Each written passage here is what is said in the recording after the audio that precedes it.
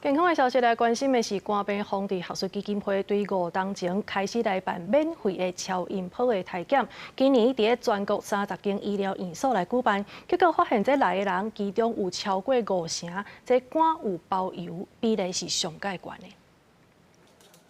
医生详细替病人看超音波，检查肝、胆、腰子这器官敢有健康。这是肝病防治学术基金会举办的免费超音波检查，礼拜伫咧部立中华病院进行。146位检查民众内底，有116个人肝检查出有各样。那这个过程里面发现有30多位的民众肝脏有这个血管瘤啊还是有这个肝的结节甚至囊肿这些问题。此之外也发现了有70%的这个民众有脂肪肝的问题。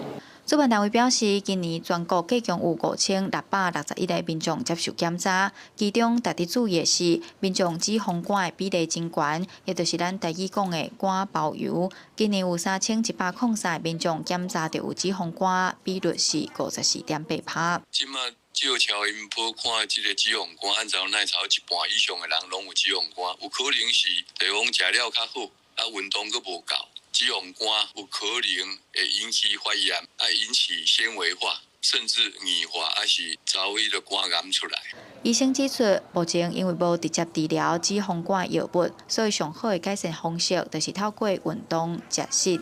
肝病防治基金会嘛提醒民众，肝病伫枕头无明显的镜头、真歹知觉，一定要有定期健康检查的习惯。记者杨淑晴综合报道。